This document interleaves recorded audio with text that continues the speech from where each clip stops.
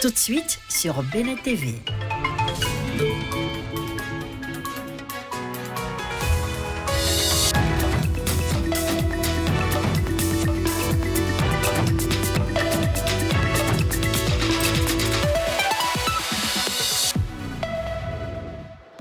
Merci de choisir Bénin TV pour vous informer. Mesdames, Messieurs, bonjour. Voici les titres du journal.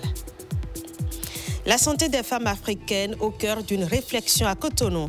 Une rencontre qui réunit experts, chercheurs et partenaires afin de trouver des solutions innovantes pour l'amélioration de l'accès aux soins et la prise en charge des femmes. Téléphones, tablettes et télévision, les écrans rythment aujourd'hui le quotidien de nombreux enfants. Et s'il est vrai que ces outils présentent des avantages, leur usage excessif peut aussi nuire à leur santé physique et psychologique. On vous en parle dans ce 13h. Et puis en sport, le compte à rebours est lancé pour les Amazones U17 avant le choc face au Nigeria. Mais avant cette importante rencontre, les joueuses béninoises intensifient leur préparation et affûtent leurs armes pour ce match de la dernière chance. Bonjour à toutes, bonjour à tous. Réduire les inégalités en matière de santé, promouvoir la recherche et faire entendre la voix des femmes africaines dans les politiques de santé, c'est l'ambition du Congrès international sur la santé des femmes africaines qui se tient actuellement à Cotonou.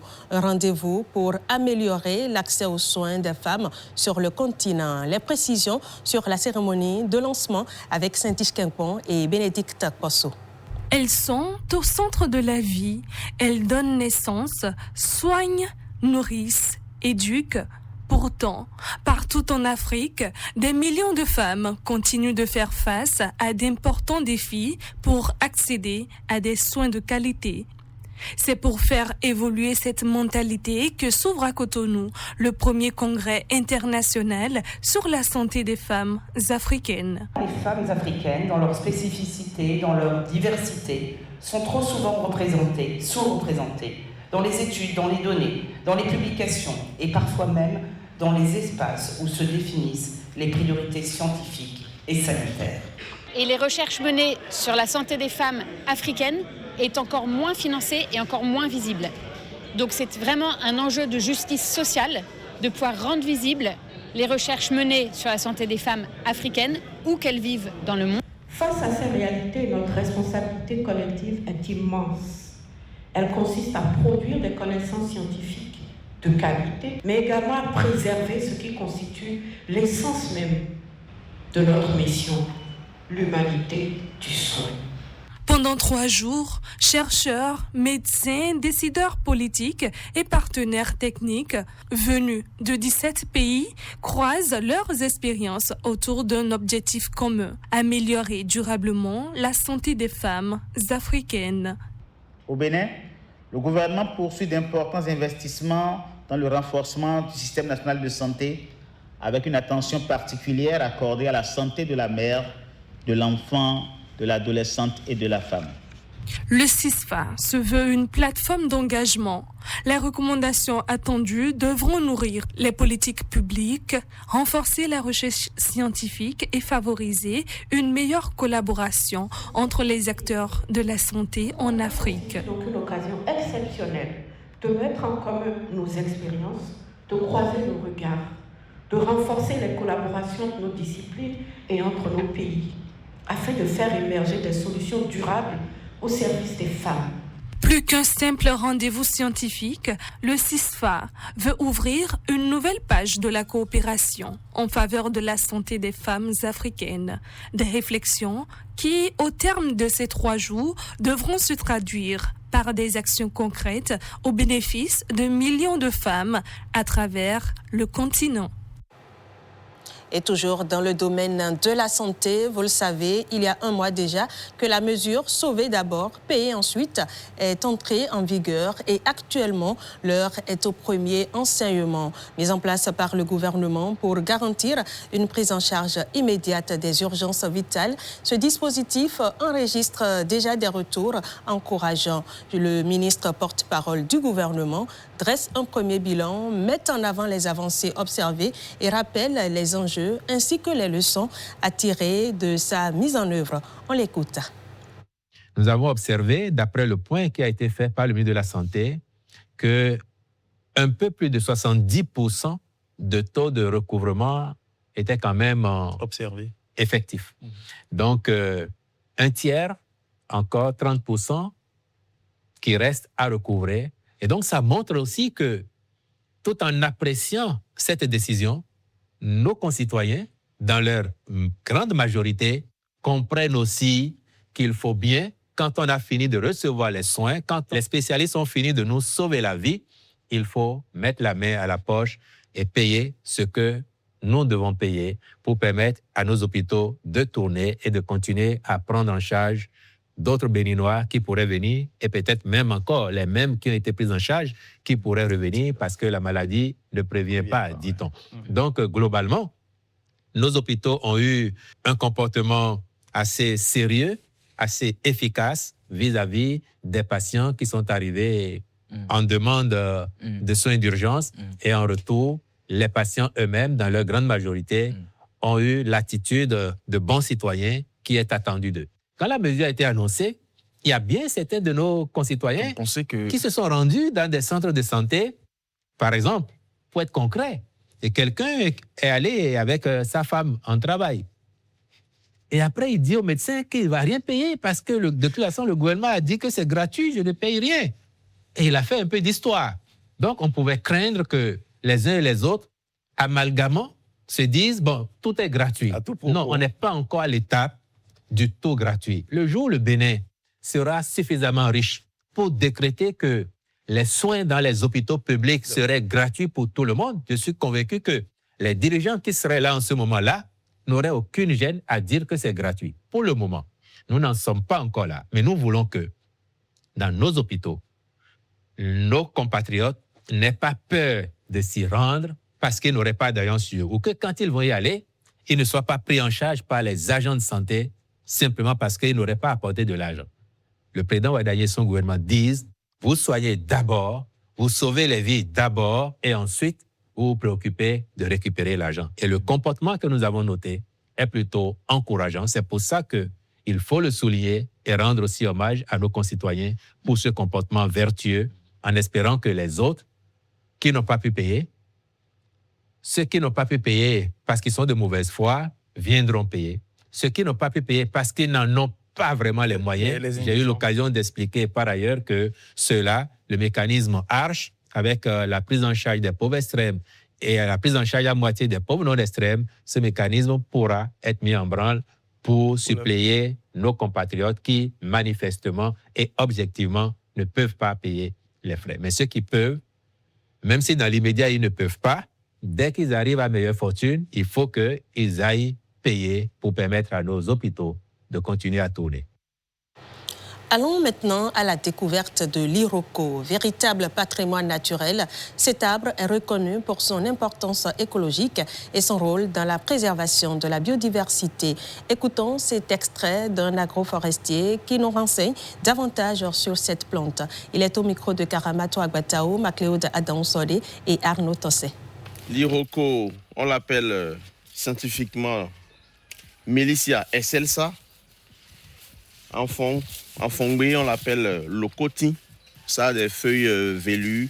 C'est un arbre centenaire, malheureusement en voie de disparition parce qu'on ne retrouve plus l'Iroko dans son aire habituelle, connue, son habitat connu. On n'a pas souvent des peuplements purs d'Iroko, on n'a pas des plantations d'Iroko. On en retrouve un dans chaque localité. Mais ce n'est plus le cas, on n'en retrouve même plus un dans certaines localités qu'on appelle Loko Koukoumé, Loko Sa, Loko. Quand vous entendez Loko dans un nom d'une localité au sud, sachez que ça fait référence à l'Iroko. Pour faire la pépinière de l'Iroko, vu que c'est des graines très fines, très petites, après avoir préparé le substrat, on essaie de pendre ces graines-là à la surface du substrat et on recouvre ça d'une fine couche de terre végétale encore à nouveau qu'on arrose. On arrose doucement pour que la force de chute de l'eau ne fasse pas dégager les graines qu'on a déposées. À 4 semaines, ça germe et puis on a les jeunes plantules, on a les plantules d'Iroko. L'Iroko, c'est une espèce vraiment utile écologiquement, très utile écologiquement, et que ce n'est pas un arbre à sorcier ou bien qui favorise la sorcellerie. Non, non, non. L'Iroko est écologiquement intéressant. Il constitue un poumon vert, un véritable poumon vert pour nos cités, et il faut le protéger, le promouvoir, le conserver et en jouir. Donc ça, c'est le résultat, par exemple, de plusieurs mois de pépinière d'Iroko. La difficulté majeure pour produire l'Iroko, c'est ça qui fait de l'Iroko, des plants d'Iroko, des plants de luxe. Ces graines sont très difficiles à collecter. De toutes petites graines, l'Iroko donne de toutes petites graines. On doit faire l'effort de les planter quand on veut vraiment rendre hommage à la nature, quand on veut rendre hommage à la biodiversité. Pendant 3 jours, Cotonou est devenu le carrefour où s'est dessinée une partie de l'avenir de l'assurance en Afrique. Face aux défis climatiques, sanitaires, économiques et numériques, les acteurs du secteur ont cherché une même réponse. Comment assurer davantage d'Africains et mieux les protéger? Au terme des travaux, les engagements sont pris et les pistes sont tracées. Et c'est ce que nous disent dans son reportage Rodrigue Olababagbeto et Ramato Lawani. Durant 3 jours, elle a fait de Cotonou l'épicentre de ses réflexions. La Fédération des sociétés d'assurance de droit national africaine, FANAF, aura réuni plus de 400 participants issus d'une vingtaine de pays africains, mus par la volonté d'améliorer le secteur des assurances en Afrique. Face à la presse à la fin des travaux, l'étendue des efforts est présentée. Nous avons fait un exercice vraiment de remise en cause en donnant la parole aux usagers. Nous nous avons fait remonter un certain nombre d'irritants, un certain nombre de plaintes. Donc à partir de là, nous avons bâti un certain nombre de solutions qui constituent la première partie du pacte. Des solutions d'assurance qui consistent à développer de nouveaux produits sur 4 familles de segments et de produits, notamment l'assurance vie pour les personnes les plus démunies, la micro-assurance santé, les petites et moyennes entreprises et évidemment l'assurance agricole. Un travail colossal qui a abouti à l'adoption d'un pacte panafricain de l'assurance inclusive, un traité lié à des résolutions. Et ça a donné 23 résolutions. Et si nous réussissons effectivement à mettre en œuvre ces 23 résolutions, je crois que nous aurions fait un pas de géant à Cotonou lors de ces états généraux. La première résolution, si vous voulez, qui lance en même temps le contenu du pacte, c'est l'adoption des conclusions des ateliers. Et les conclusions des ateliers ont été consignées à travers des rapports qui ont été effectués par chacun des présidents des ateliers. Donc, à côté de ces 2 résolutions, vous avez plusieurs autres résolutions, notamment les résolutions sur la fiscalité, les résolutions très importantes sur le genre, qui dit que nous devons travailler pour inclure les femmes, mais travailler avec les femmes pour les faire avec leurs propres solutions. Et puis, nous insérons désormais une journée FANAF de l'assurance inclusive. Autant de résolutions qui se veulent un appel à une grande coalition pour porter un mouvement, celui de l'intégration du reste des Africains non bénéficiaires des solutions que proposent les sociétés d'assurance. L'ambition pour l'horizon 2040, c'est de doubler le taux de pénétration de l'assurance sur le continent. En éducation, vous le savez, les résultats du baccalauréat session de juin 2026 sont connus. Après plusieurs semaines d'attente, les résultats officiels ont été dévoilés dans la soirée d'hier au cours d'un point de presse organisé par les autorités en charge de l'examen. Suivons ici les chiffres clés de la session. Cette année, sur 75 925 candidats présents, nous avons enregistré 50 705 candidats admissibles, soit un taux de 66,78%. Ce taux décline ainsi qu'il suit par série.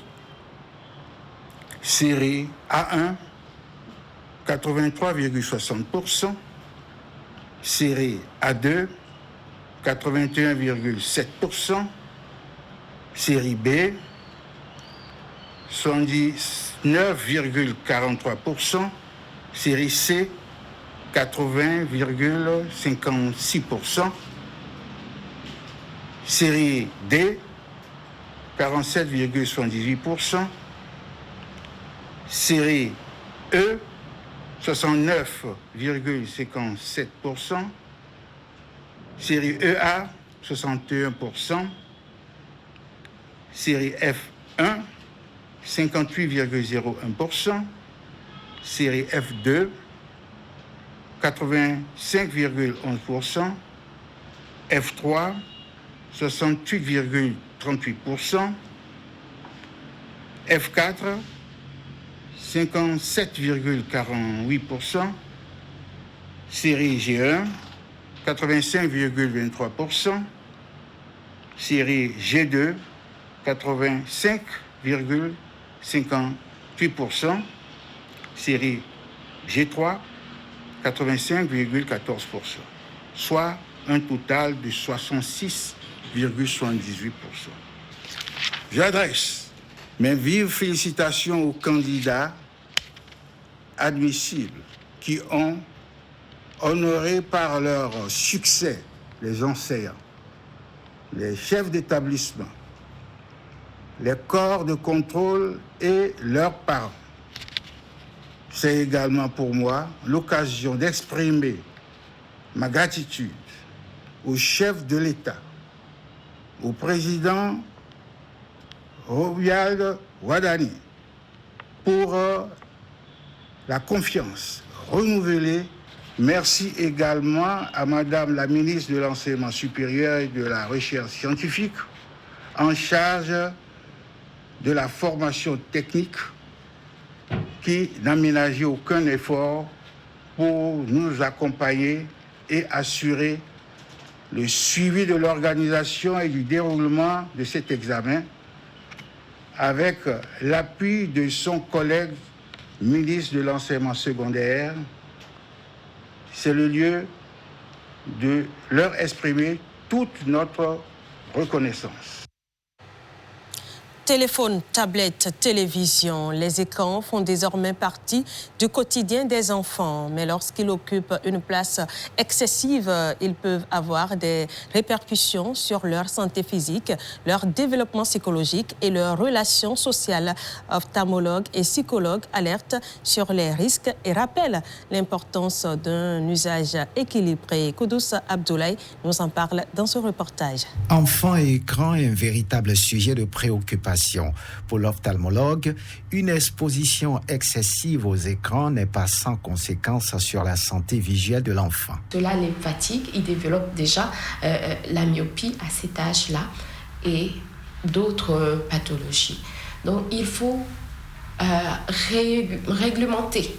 En période de détente, les spécialistes recommandent de diversifier les activités des enfants en privilégiant les jeux, la lecture ou les activités de plein air.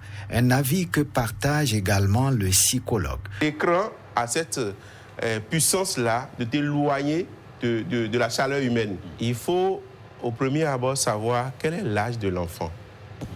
Normalement, les études ont montré que pas de téléphone, pas de smartphone, pas d'écran avant 3 ans.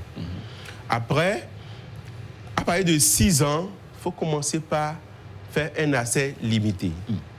Et après, à partir de 9 ans, 12 ans et autres là, on va maintenant poser des temps. Le psychologue insiste sur la nécessité d'un accompagnement attentif des parents afin d'encadrer les habitudes numériques des plus jeunes.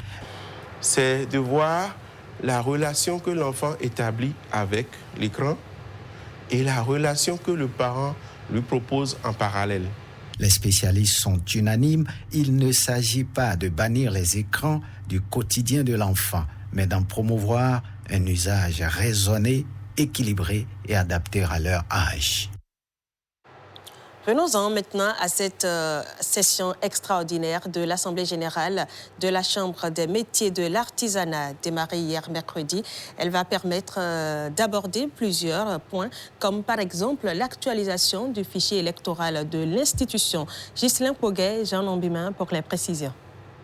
À l'ordre du jour de cette session extraordinaire de l'Assemblée consulaire, entre autres présentation des travaux de révision interne, des textes de la Chambre des métiers et de l'artisanat, le régime électoral, les statuts, le règlement intérieur, l'organisation du certificat de qualification au métier, l'actualisation du fichier électoral. Les 80 élus consulaires présents ici mettent beaucoup d'espoir dans le soutien et dans l'accompagnement du gouvernement quant à la restructuration et à la montée en puissance de l'institution. Les artisans ont accueilli avec beaucoup d'espoir le projet de société de son Excellence, M. Romiad Wadaï, président de la République, en faisant de l'artisanat un levier de transformation économique.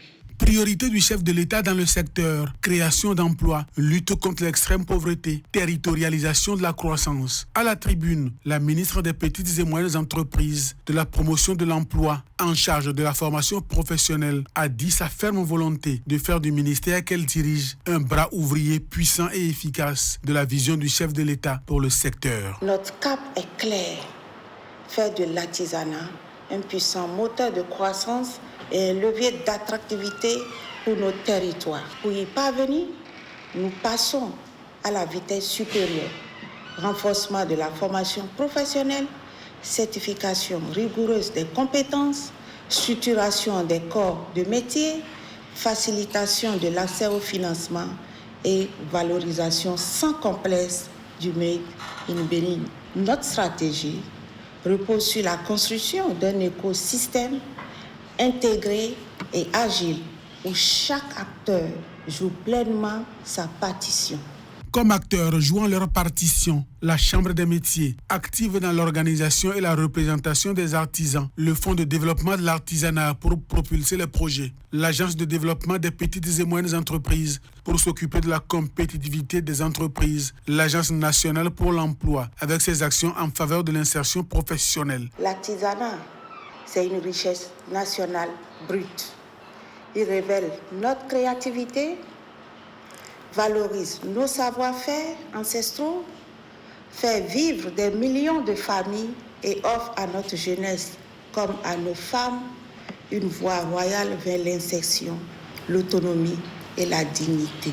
La Chambre des métiers de l'artisanat est un établissement public à caractère professionnel, doté de la personnalité morale et de l'autonomie financière. Elle a pour mission la représentation, la promotion du secteur et la protection des intérêts des artisans béninois et des entreprises artisanales auprès des collectivités locales, des instances nationales, sous-régionales et internationales. Place à présent au sport et à quelques jours de son coup d'envoi, le championnat national scolaire 2026 entre dans sa dernière ligne droite. L'heure est à la préparation. L'Office béninois du sport scolaire et universitaire a procédé au tirage au sort des différentes poules. Une étape décisive qui fixe désormais les affiches de la compétition. Les détails avec FIFA Messalomé Atadedi et Belvida Atale. CG1 Antitengou dans la poule A. Poule B. Le compte à rebours est désormais lancé pour le championnat national scolaire 2026. Le tirage au sort effectué à quelques jours du début de la compétition a levé le voile sur les différentes affiches qui vont animer cette nouvelle édition. Du 11 au 18 juillet à Grand Popo, les établissements scolaires du Bénin se retrouveront pour une semaine de compétition. Les équipes réparties en 4 poules de 3 dans chacune des disciplines au programme. Volleyball, handball, basketball et football, aussi bien chez les filles que chez les hommes, tenteront de décrocher les honneurs. Mais au-delà de l'enjeu des résultats, ce championnat reste avant tout une célébration du sport scolaire. Il met en valeur le talent, l'engagement et le potentiel des jeunes athlètes béninois, tout en offrant un cadre propice à la détection des futures élites sportives du pays. C'est la course, n'est-ce pas, à la victoire qui handicape le talent qui sommeille en chacun de nous. Donc, notre objectif, c'est de pouvoir se dire, nous avons tout ce qu'il faut pour constituer une équipe et que chaque enfant se dise je dois me retrouver parmi les sélectionnés pour la seconde phase qui est la Ligue nationale. Que vous vous souvenez, nous pouvons ne pas avoir gagné, n'est-ce pas, le trophée et faire partie de l'équipe qui joue sélectionnée dans le département pour faire la Ligue nationale scolaire. Les dispositions sont prises tant du point de vue sécuritaire du point de vue alimentaire et du point de vue également hébergement. Avec près de 1500 jeunes sportifs attendus venus des 12 départements du Bénin, Grand Popo s'apprête à vivre une semaine intense, rythmée par la passion, la compétition et l'esprit sportif. Une nouvelle occasion de mesurer le dynamisme du sport scolaire béninois et de préparer l'avenir. Le roller béninois vient d'écrire une des plus belles pages de son histoire. À Milan, en Italie, Salifou Mouana a offert au Bénin sa toute première médaille mondiale. On fait le point avec Blaise Adampo. Le rendez-vous était mondial, la performance historique. À Milan, en Italie, Salifou Mouraoua a décroché la médaille de bronze de l'épreuve de free jump, offrant au Bénin son tout premier podium mondial en inline freestyle. L'athlète béninois a réalisé un concours d'une remarquable régularité. Il a franchi successivement 1m50, 1m55, 1m60 et 1m65, tous dès son premier essai. Malgré 3 tentatives infructueuses à 1m67, cette performance lui permet de monter sur la 3e marche du podium. Le titre revient au Moldave Maxime Karayan, auteur d'un nouveau record du monde avec un saut à 1m73 devant le Sénégalais Dame Fall. Cette édition de l'Aérobaitol World Cup a réuni près de 500 athlètes issus de 25 nations avec seulement 2 représentants africains, le Bénin et le Sénégal. Cette médaille de bronze récompense plusieurs années de travail et confirme la progression du roller sport béninois sur la scène internationale. Ce podium historique nourrit désormais les ambitions du Bénin en vue des World Skate Games 2026 au Paraguay et confirme que le pays compte désormais parmi les nations capables de rivaliser avec les meilleures références mondiales de l'e-line freestyle. Et à 3 jours du rendez-vous décisif face aux Flamingos du Nigeria dans la course à la qualification à la Coupe du Monde U17, les Amazones peaufinent les derniers réglages. À Lomé, théâtre de cette confrontation tant attendue, la pression monte progressivement au sein du groupe. Entre derniers ajustements tactiques et montée en puissance mentale, les Béninoises affûtent leurs armes avant le match de la dernière chance. Mathieu Sokenou et Setonji Metoli nous plongent au cœur de cette préparation. Ce que j'ai retenu après la vision de la vidéo est que si tu défends sur un attaquant rapide et technique, tu essaies de bloquer son bon pied et tu l'obliges à jouer sur son mauvais pied. Les nuits sont courtes, les séances vidéo s'enchaînent. Chaque détail est analysé avec attention. Comprendre ce qui a manqué au Nigeria, corriger les imperfections et consolider les points positifs. À l'approche du match retour des qualifications pour la Coupe du Monde féminine U17 contre les Flamingos du Nigeria, le staff technique des Amazones ne laisse rien au hasard. Nous savons tout ce qui n'a pas marché et depuis notre arrivée, ça fait 2 séances déjà. Nous sommes déjà en train de travailler sur ces aspects, surtout notre milieu qui n'a pas du tout tourné. Et ça n'a pas du tout marché. Et on n'a plus travailler et utiliser les mêmes stratégies. Non, nous sommes en train déjà de travailler sur ces aspects pour pouvoir nourrir notre attaquante qui est devant pour qu'elle ne se sente plus seule. Depuis le retour de la manche allée, un seul objectif guide chaque séance. Transformer les enseignements du Nigeria en atout, sans revivre les frustrations du passé. Cette fois-ci, les erreurs commises, par exemple l'année passée, on a encaissé le but juste à l'entame du jeu. Ça ne va pas être le même cas cette fois-ci. Nous allons tout faire et maîtriser le jeu les 15 premières minutes. Sur la pelouse, les ateliers s'enchaînent à haute intensité. Travail de finition, circuit technique, jeu dirigé. Il s'agit d'affiner les automatismes, de mettre en place le plan de jeu imaginé pour ce rendez-vous décisif du 11 juillet. On est en train de leur parler individuellement et collectivement. Il y a un travail qui se fait pour qu'elles-mêmes voient l'importance de ce match du samedi. Pour Emion Lokosu et ses coéquipières, il faudra rester à l'écoute, appliquer les consignes avec rigueur et tout donner sur la pelouse du stade de Kégué, afin de n'avoir aucun regret au coup de sifflet final. Et c'est la fin de ce 13h. Merci de l'avoir suivi. Retrouvez à sa suite votre série The River. À 14h, le documentaire Tous des moutons. À 15h, le documentaire Drôle de ville pour une rencontre Venise. À 16h, le documentaire des poissons Passicon.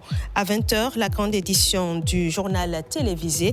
Et à partir de 20h30, le plateau reporter de la Coupe du Monde 2026. Suivi à 21h du premier match des quarts de finale qui oppose la France au Maroc. Merci et bel après-midi à tous.